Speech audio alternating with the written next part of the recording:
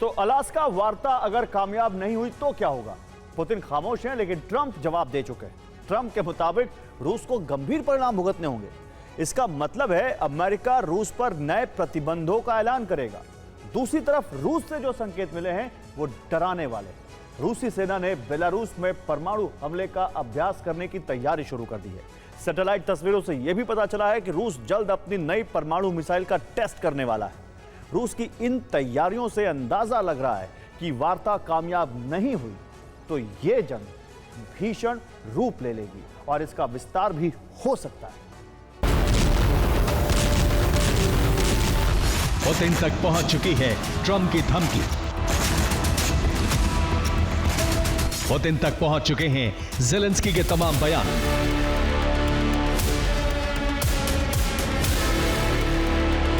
सब कुछ साफ है, बस सस्पेंस है तो ये कि पुतिन के दिमाग में क्या चल रहा है।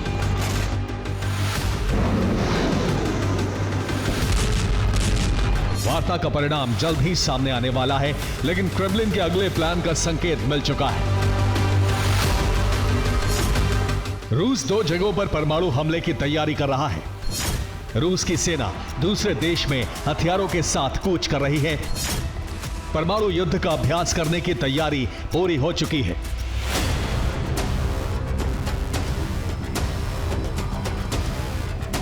पुतिन के दिमाग में क्या चल रहा है, इसका अंदाजा आप इसी बात से लगा सकते हैं कि बेलारूस में ऑरिशनिक मिसाइल से हमले की प्रैक्टिस होने वाली है।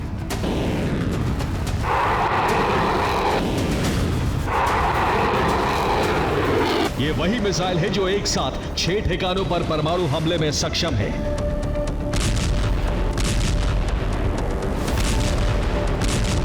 बेलारूस में युद्धाभ्यास का ब्यौरा जान लीजिए। बेलारूस में 12 सितंबर से 16 सितंबर तक युद्धाभ्यास होगा। परमाणु हथियारों को तैनात करने का अभ्यास किया जाएगा। सैनिकों को ऑरिशनिक मिसाइल सिस्टम की ट्रेनिंग दी जाएगी।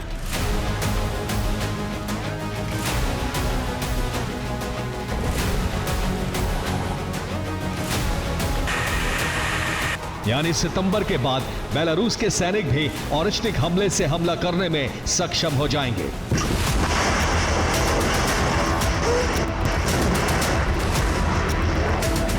रिपोर्ट के मुताबिक बेलारूस में पहले से ही परमाणु वॉरहेड मौजूद हैं। अब बेलारूस के सैनिक वॉरहेड के साथ ऑरिशनिक मिसाइल फायर करना भी सीख जाएंगे।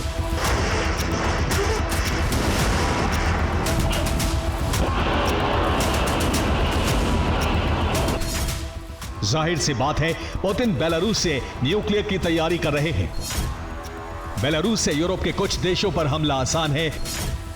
पुतिन बेलारूस को मोहरे की तरह इस्तेमाल कर सकते हैं।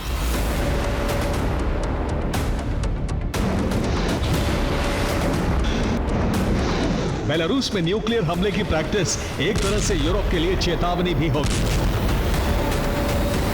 अब आप पुतिन की प्लानिंग का अंदाजा इस बात से भी लगा सकते हैं कि ये फैसले उस दौर में हो रहे हैं जब अलास्का वार्ता तय हो चुकी है।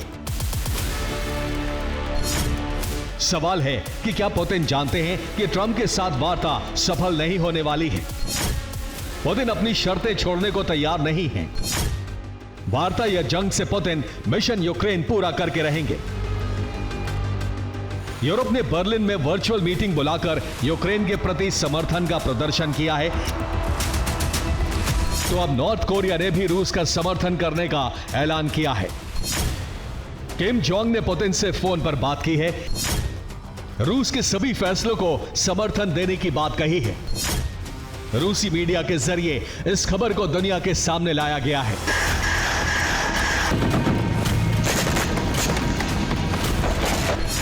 हालांकि पुतिन जिस तरह के फैसले ले रहे हैं उसे ट्रंप की धमकी का जवाब भी माना जा रहा है। ट्रंप पुतिन को युद्ध विराम करने का मौका दे रहे हैं, लेकिन लगता है पुतिन पहले ही तय कर चुके हैं कि अमेरिका या यूरोप को किस तरह जवाब देना है। अमेरिकी एजेंसियों ने एक सैटेलाइट तस्वीर जारी की है। इन तस्वीरों से पुतिन के नए प्लान की जानकारी अमेरिका तक पहुंची है। सैटेलाइट की तस्वीरों से क्या पता चला है, आपको दिखाते हैं।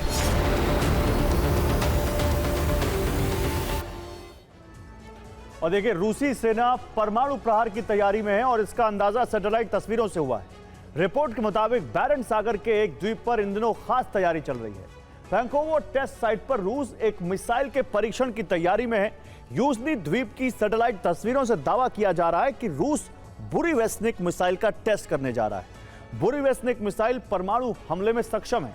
साथ ही यह परमाणु संचालित मिसाइल क्रूज मिसाइल है, जिसकी वजह से इसकी रेंज बहुत अधिक हो सकती है। यह मिसाइल बेहद कम ऊंचाई पर उड़ान भरती है, इसकी वजह से इसे इंटरसेप्ट करना मुश्किल है।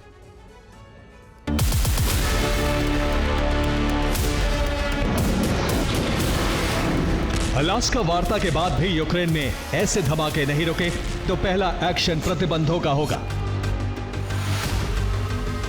रूस पर कई तरह के प्रतिबंध लगाए जा सकते हैं। ऐसे में रूस इसका जवाब देने के लिए जंग का विस्तार कर सकता है।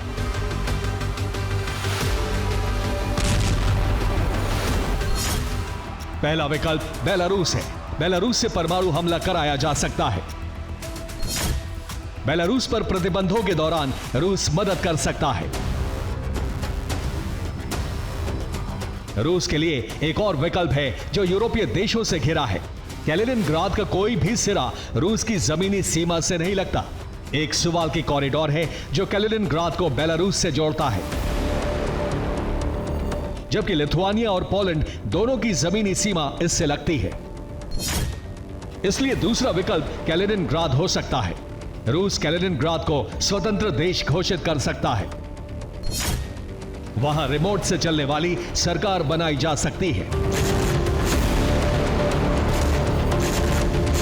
माना जा रहा है कि पुतिन के पास भविष्य के लिए कई विकल्प हैं जिसका इस्तेमाल होगा, लेकिन फिलहाल पुतिन भी ट्रंप को सीज फायर कराने का एक मौका देना चाहते हैं। पुतिन जिस टारगेट को लेकर आगे बढ़ रहे हैं वो अब वार्ता से हासिल करना मुमकिन नहीं लग रहा है। यही वजह है कि नेटो के तमाम बेस हाई अलर्ट पर हैं। रूसी सीमा के करीब निगरानी बढ़ा दी गई है। रूस बॉर्डर के करीब फाइटर जेट हमेशा तैयार रहते हैं।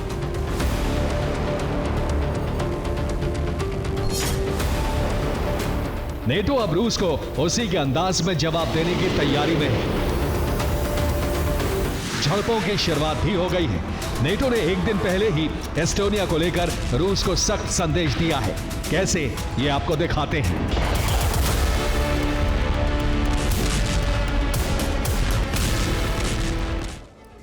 तो नेटो रूस की झड़प की खबर एस्टोनिया बॉर्डर से आई है। रिपोर्ट के मुताबिक एस्टोनिया के करीब रूसी जेट उड़ान भर रहे थे। रूसी जेट को देखकर नेटो बेस से F-35 जेट ने उड़ान भरी। रिपोर्ट के मुताबिक एस्टोनिया के अमारी बेस से इटली के जेट ने उड़ान भरी थी। इन विमानों ने रूसी विमानों को चुनौती दी। इसके बाद रूसी जेट वापस लौट गए।